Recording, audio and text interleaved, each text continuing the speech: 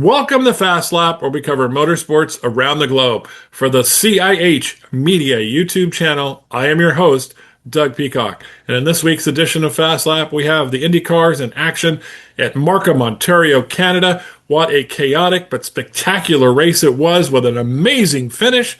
We're also going to go over the F1 driver midterm grades as they get ready to go back into action this weekend at Zandvoort, Holland, and all the latest racing news. But let's start off with the Indy cars at Markham, Ontario, Canada.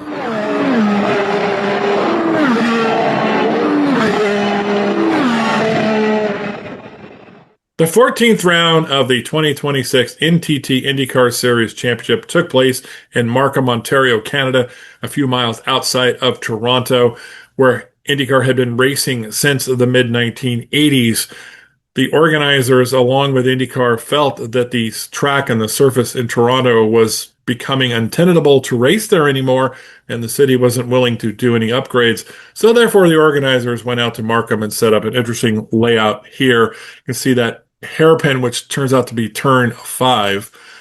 The track, 12 turns with 2.19 miles in length. Speeds are over 180 miles an hour here at this track. Bit of an interesting layout. However, like a lot of new tracks, especially street courses, they didn't have everything done when the IndyCars went to race on Friday, or at least practice. And so everything got pushed to Saturday. All the practices and all the qualifying. So that meant the drivers had less time to learn the track and get used to the cars and everything was just crammed into one day. Let's take a look at some footage of Alexander Rossi in-car footage of him driving around the track, as well as a problem for Will Power in practice.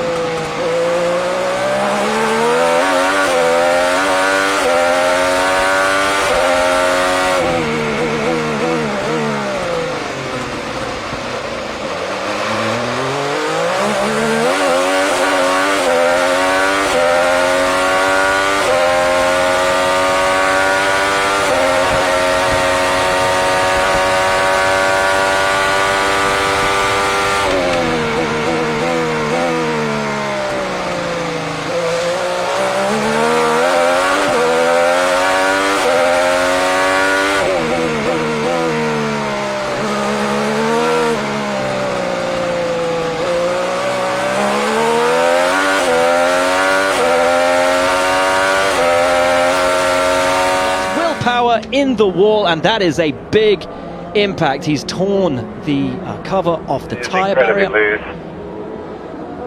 As you can see, the rear wing is done, the right front is done. That is not a small impact, guys. This is turn 10. We said it'd be a difficult brake zone, but that's just too much speed going in. Way too much, and wallop. Just rip those tires off the corner of the wall. Let's listen.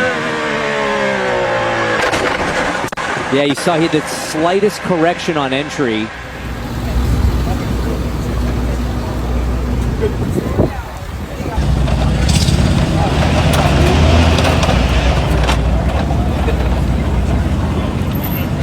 Well, like most street circuits aligned with concrete K-rails and catch fencing, there are some tricky areas, and the turn, I think it's 9-10 complex of this track in Markham, turned out to be quite exciting for some of the drivers, and IndyCars clipping the wall. Yeah, the wall always wins. Will Power dented his car pretty bad, but it was amazing. You saw there in less than 3 hours, Andretti Global was able to get that car ready for Will Power to qualify. Now let's take a look at some problems in qualifications for our championship leader and four-time champion. This is huge, not just for the race, potentially for the title. Alex Palou has made a rare mistake. And did it happen in turn 10 that has swallowed up so many already this weekend? It sure looks like it's coming here. The tricky brake zone in the setting sun. Lock up, tank slapper.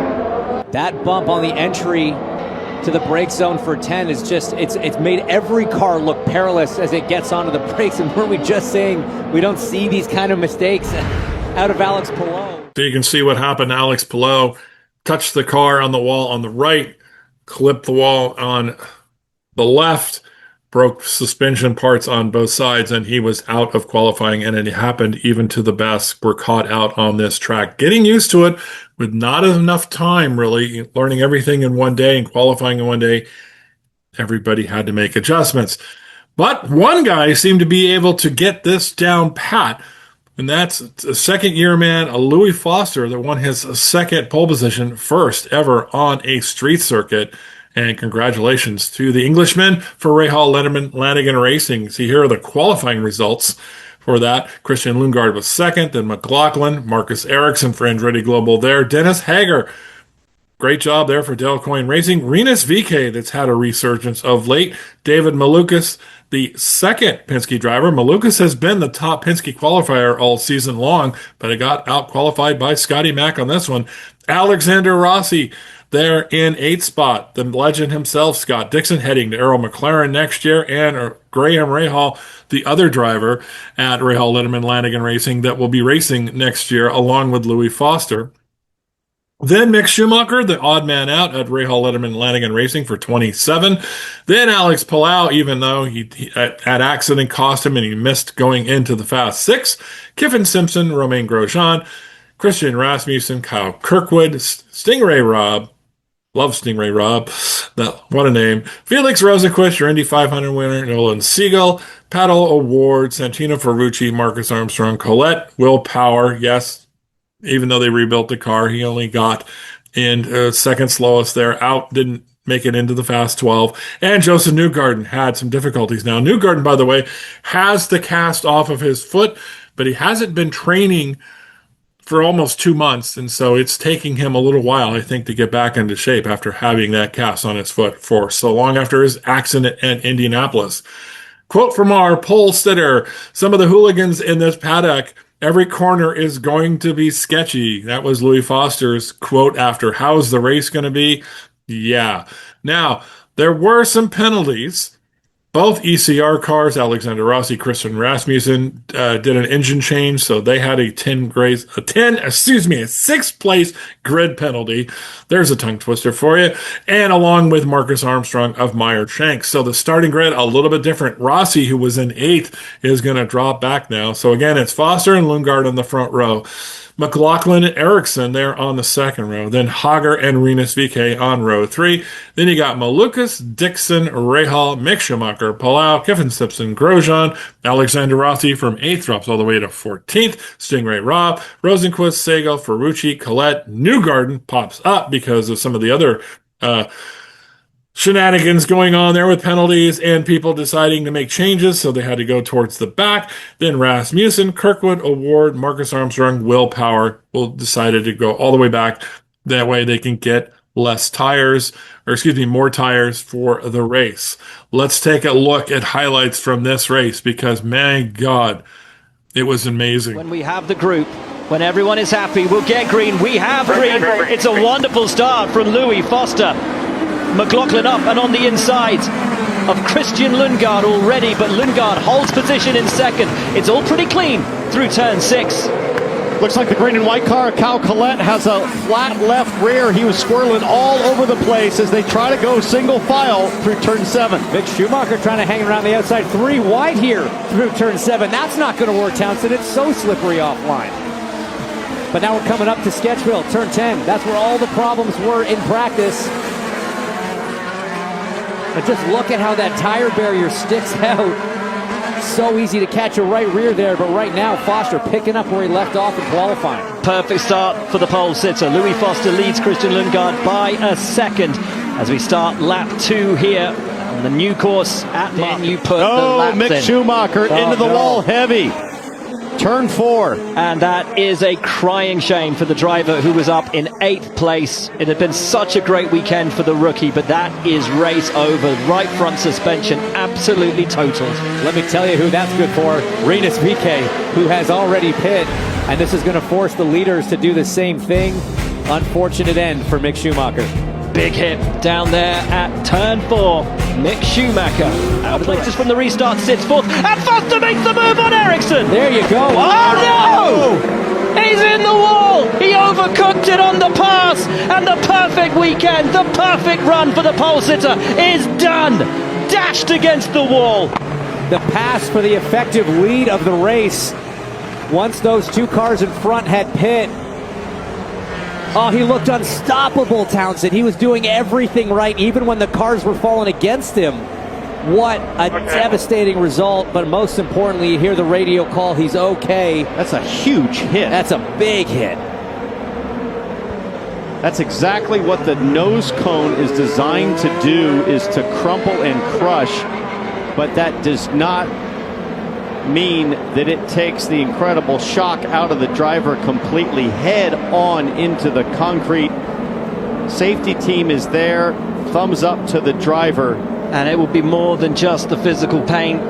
It will be the shock, the disappointment, the anger with himself. He had it all in his hands.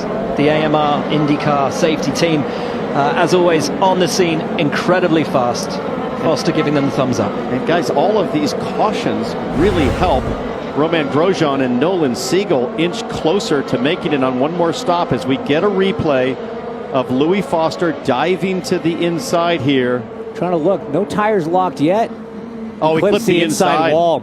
You can see that black tire mark. Ugh. I mean, he had it done. He had the inside line. He was alongside, had the car wound up, was in control in terms of locked tires. Half an inch too far to the left. Hits the inside wall, pings into the outside wall. This unforgiving street circuit. And Kirkwood, caution! Kirkwood's in the wall. It's a big one for Kyle Kirkwood. Both front wheels are done. Astonishing. Wow. Just when you thought it couldn't get any more crazy, this happens. Oh, and it's exactly the same as Foster. Same corner, same impact. Takes the inside wall and pings off into the outside. Yeah, you can see the left front flopping about. That is from the initial impact. Starting to struggle on tires. Here comes Ericsson. Up the inside, contact with his teammate, but makes it through. Lights up the rears, off the hairpin. Both of them will have lost time in the battle to pull Shaping him up, having a look. Goes late, goes to the inside. Ericsson goes to the lead. Listen to the crowd in Markham. They love it. Ericsson rises to the fore and to the top step of the podium. Ericsson wins on the streets of Markham. Our winner today. Congratulations, my friend. What a gap, 7 seconds.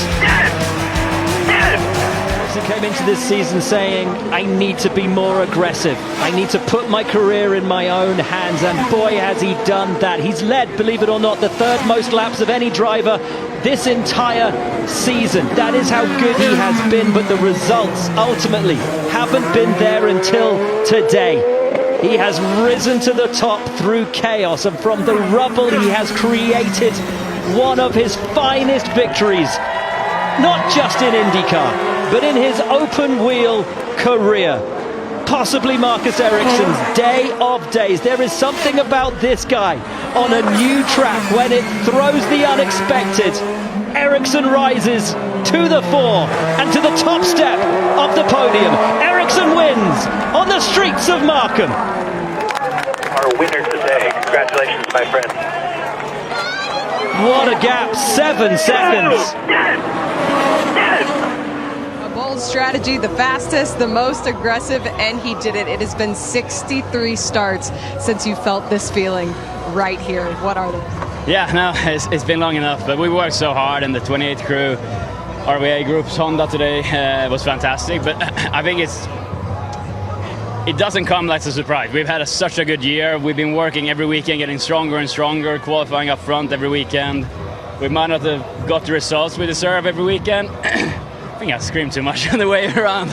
Lost my voice. But yeah, I really felt like we deserved it. And we had to work for it today. We had to work for it yesterday, so it was great. Oh, man. A celebration is deserved, which he will with his team when they all get here. But real fast, we have to talk about the bold moves. That was amazing. Yes, sir. We have to talk about the bold moves in your journey to the lead right there. There were aggressive moves there towards the end. How did you maneuver them? Yeah, we were the fastest car all day, I felt like. But then, obviously, there was a lot of yellows, so we we had to stay out because I wanted to show the pace and try and open that gap and not drop back into the back of the field. So we just gambled on staying out, and I had the pace, and we were lapping so quick. Then obviously coming out 6th, 7th or whatever, it was a lot of work to get through these leaders, and fortunately had a bit of a touch up with Will. You never want that, but I had to get forward because I knew I could win this race. Congratulations, Marcus. Romain Grosjean is being congratulated by some of his former teammates with Andretti. I just saw you finish a FaceTime call with your family. How emotional was this for you? Yeah, I mean, it's been a rough season, right? And we had the Indy 500 going, and this weekend, yesterday, we got a bit, we didn't get lucky in qualifying, and in the race, we did everything we could. And when you have the 10 behind, and you open up a gap with the 10, you think you're safe. And then the 28 came, and they're my old ex-guys, so happy for them, of course, happy for Data. I thought today was the day, but on to the next one. Close, second for the 6th time, but what a day it was for Romain. Fantastic day as well for Will Power. Sorry to catch you when you're taking your suit down. No doubt super hot out there.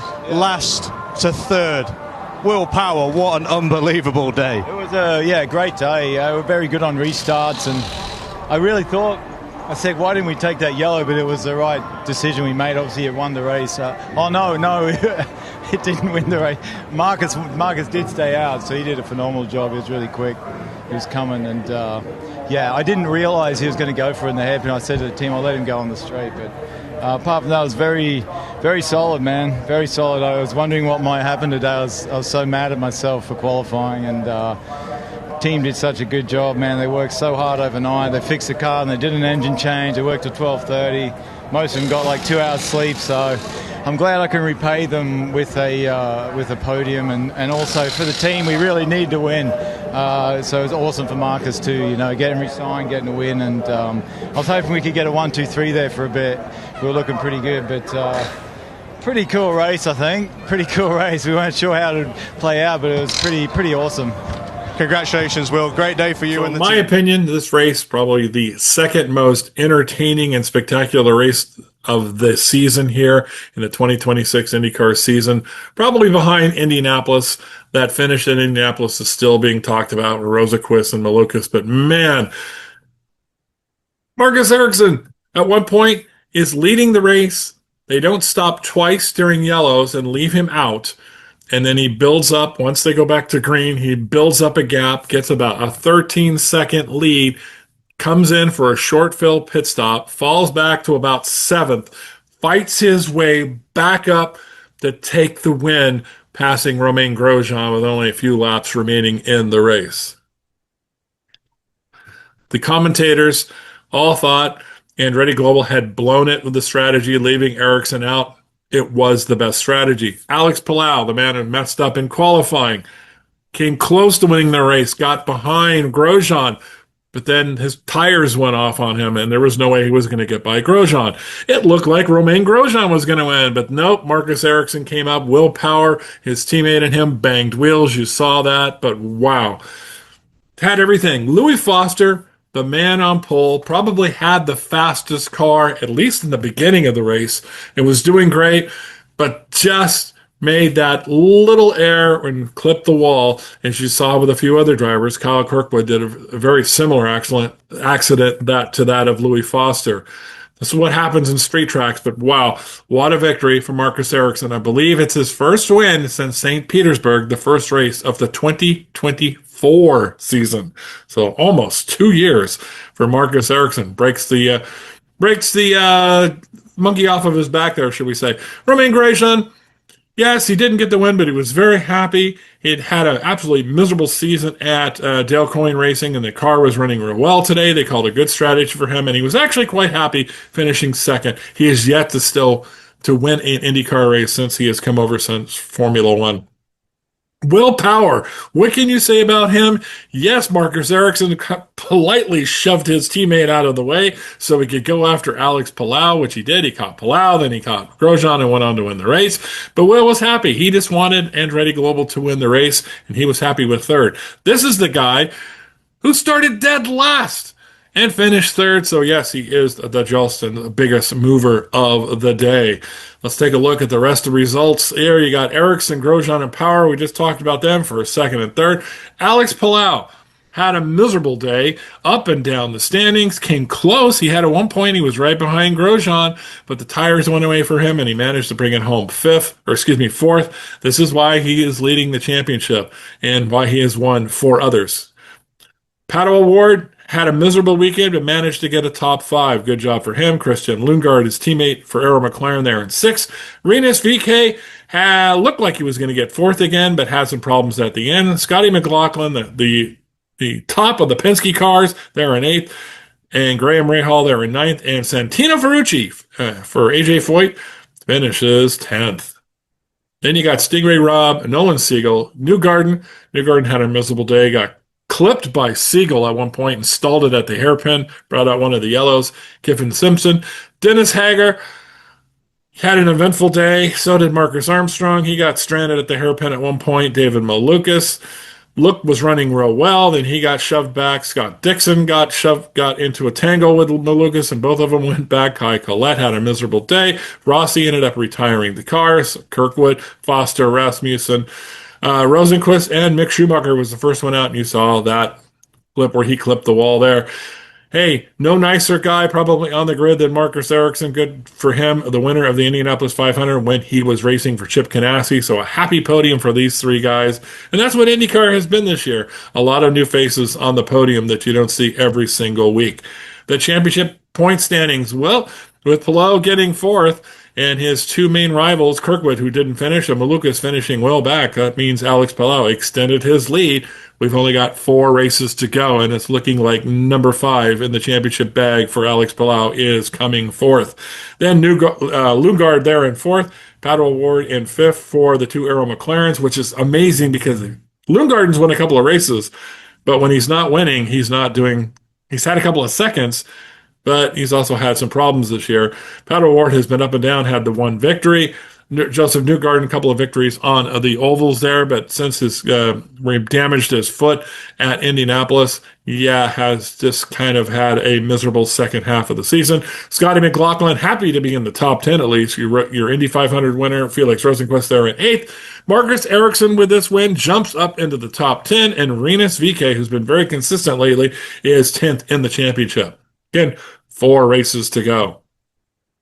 Here are your winners so far. Again, Palou leading with the most wins this season, but you can see it's been pretty spread out there over the season here. Newgarden with a couple of wins, Lundgaard with a couple of wins, and then you've got single wins there for Rosenquist and Marcus Ericsson and Pato O'Ward. 4 races to go. Top 3 here again. Very happy times there in the city of Markham. And I have to think overall it was probably a successful race, and they'll probably be able to get the track completed in time for next year if IndyCar does come back here. And I hope they do. Maybe make a few changes. Every track has its problems. Las Vegas for the Formula One race made a few adjustments in year 2. So did Long Beach way back in the day. Even Toronto way back in the day. So when you have a street race, you learn from the first year and move on. So were you entertained? I was entertained. I thought it was a pretty spectacular race. And I hope they go back to Markham and just make a few improvements to the track. Then next weekend, they will be in the streets of Washington, D.C. on another temporary track. And believe me, I just saw a guy ride a scooter around the track this morning on Instagram, and it's not done. They are still putting in walls. So it'll be interesting if that's completed by Friday. Less than 4 days, folks. IndyCar news. Yuki Tsunoda is angling for the Meyer-Shank seat for Meyer-Shank Honda to be Marcus Armstrong's teammate. He is angling for it. We'll see what happens. All right, we're going to come back with the F1 midterm grades in just a second.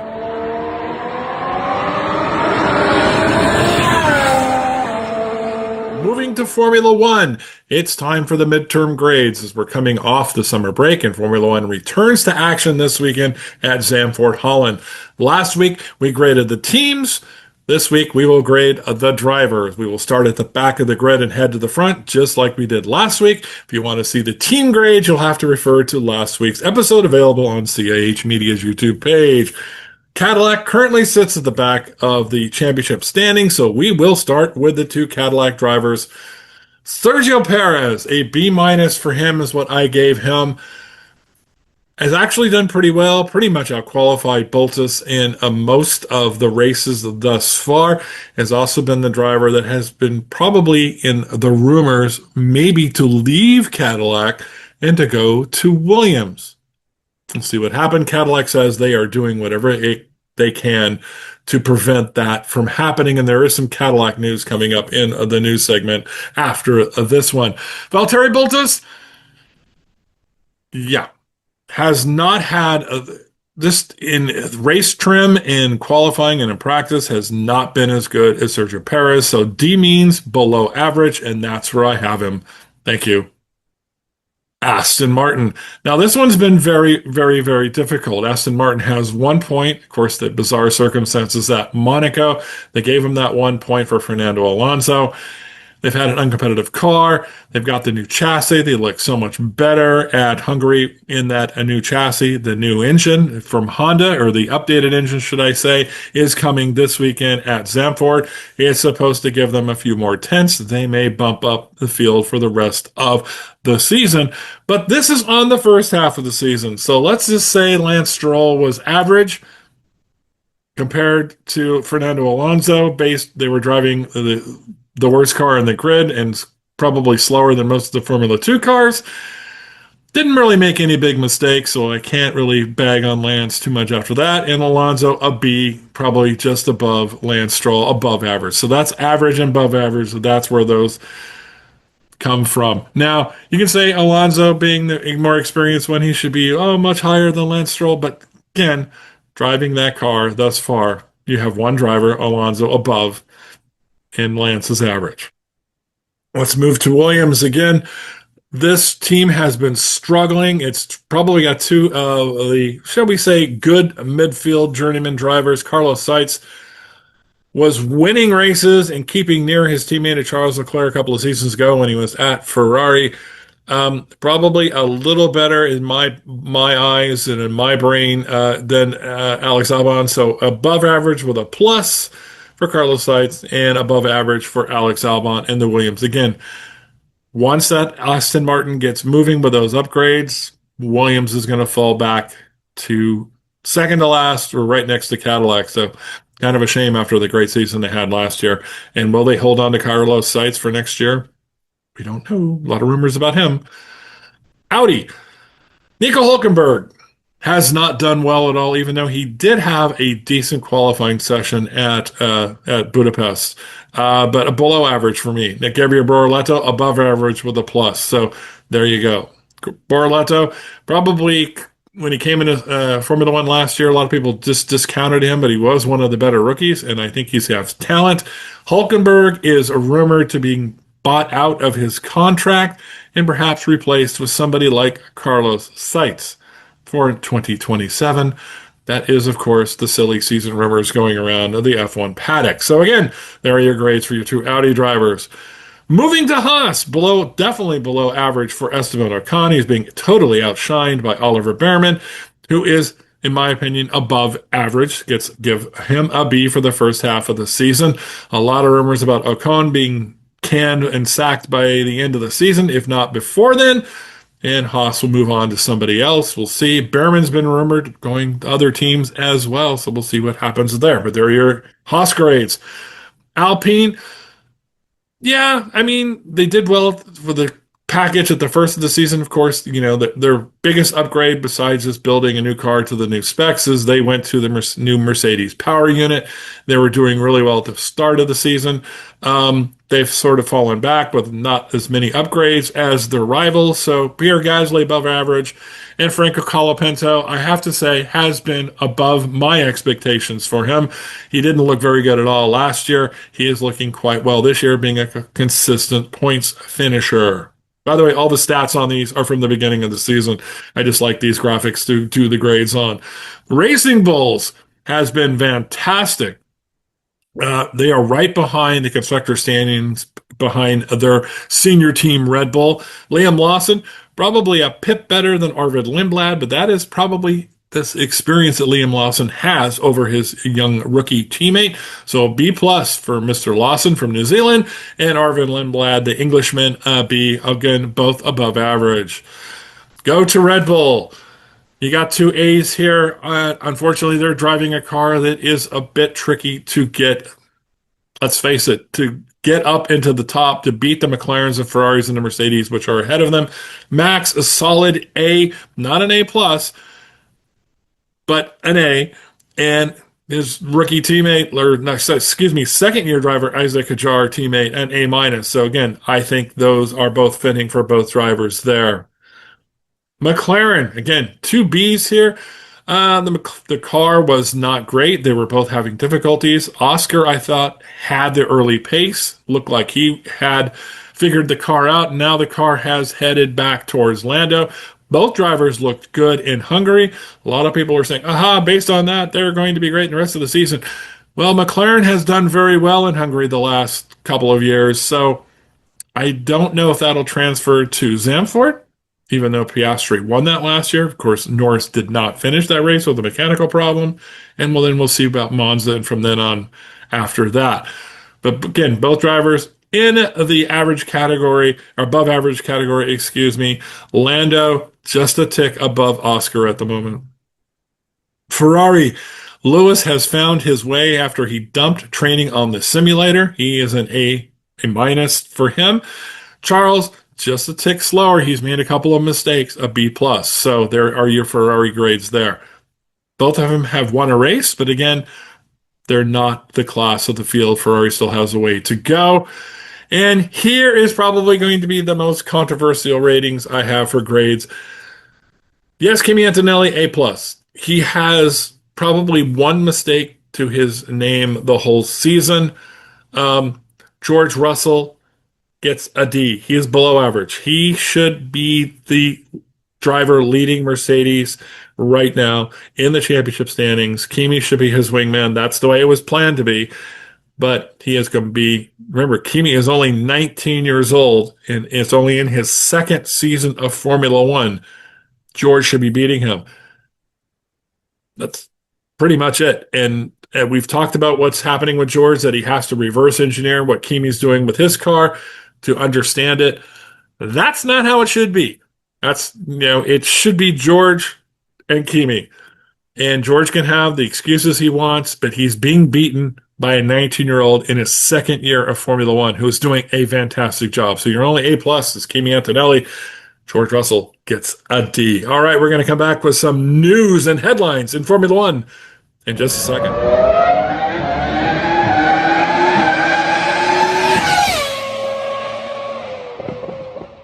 The biggest news over the summer break for Formula One has to be Cadillac F1 changing team principals and basically at the midway point, as Graham Loudon was relieved of his duties and replaced by Marcin Budkowski, a Polish descent engineer who's been basically involved in Formula One since working with the Prost team, the old Ligier team, starting in 2001. He had stints at Ferrari, at McLaren. He worked for the FIA for a couple of years. Then he went to Renault, and Alpine was his most recent appointment, working as an engineer. And this will be his first opportunity to be a team principal with Cadillac. Down Towson pretty much said it's time to lead Cadillac into a new era. I always felt that Graham Loudon was probably the guy who was going to get them set up, which he did. I think he did a reasonably good job, got them launched. But Mr. Budkowski is going to take it here, and we'll see what happens. He is more of an engineer than Loudon was. Loudon was more of a manager. This is an engineer, so let's see if he can help the team make it off the bottom of the grid. Congratulations, Mr. Budkowski. All right, the FIA announced that drivers from Russia and Belarus, the two countries that are currently fighting a war against who knows what, A lot of these wars going on right now. Well, now those drivers will be allowed to use their flags and be represented while they're competing at FIA events. Obviously, Nikita Mazepan is one such driver from Russia that has basically been sort of a driver without a country. So when he's racing an event, he can't identify that he is Russian. And another one is, believe it or not, Robert Schwartzman. So yeah, this is an interesting move. Of course, there was a lawsuit going on, and I think this has more to do with the settlement that the drivers are going, hey, we're not political. This is where we're from, and we want to identify with it. So Russian drivers, Belarus drivers, don't know how many of those there are, will be allowed to show their colors again. Of course, there will be no events in either one of those countries sponsored or anything to do with the FIA until a future date when the world comes to a census. On this program, we don't talk a lot about Formula E, but I am going to shout out to Jaguar that won the Team Constructors Championship as Formula E season. That is bizarre because it starts in late fall and goes through till late summer. Can't be normal like everyone else. So yeah, congratulations to Jaguar and to Pascal Wehrlein. Pascal Wehrlein, former Mercedes test driver, and was actually rumored to be getting Nico Rosberg's seat when he retired, but they went and got Valtteri Bottas, and Wehrlein was let go, and he's since gone to Formula E. For Wehrlein, it is his second Drivers' Championship, so congratulations to Pascal. All right, other racing news. The Ford hypercar broke ground at Paul Ricard this morning and sounded great. Test livery out there as it races its Orca chassis, and Ford gets ready to join the World Endurance Championship grid next season. Can't wait. And the final lap is we're about to have perhaps the last Dutch Grand Prix until further notice. Their contract is up. They have chosen not to renew. Has a lot to do with the fact that it costs too much money to host a Formula One race. Thank you very much. And it will be the last ride at Zandvoort until, as we said, future generations can afford it, or the FIA finally wakes up and Formula One wakes up that they can't blackmail everybody and rob everybody every time you want to have a race. So this is the track configuration. There is the straight modes that they're going to have here for their DRS modes. We don't have DRS anymore. Big boo-boo for me. But there you go, track mode for this weekend's race. Of course, Aston Martin will be bringing the new Honda engine. It is supposed to have 0.5 per lap quicker. If you look at that lap time, that's going to put them pushing into Q3 if it all goes as to plan. Zandvoort this weekend, and a big challenge, as you can saw, the grade I just gave this guy is below average. Can George Russell salvage what was supposed to be his championship year in the second half of the season? Come on, George, you can do it.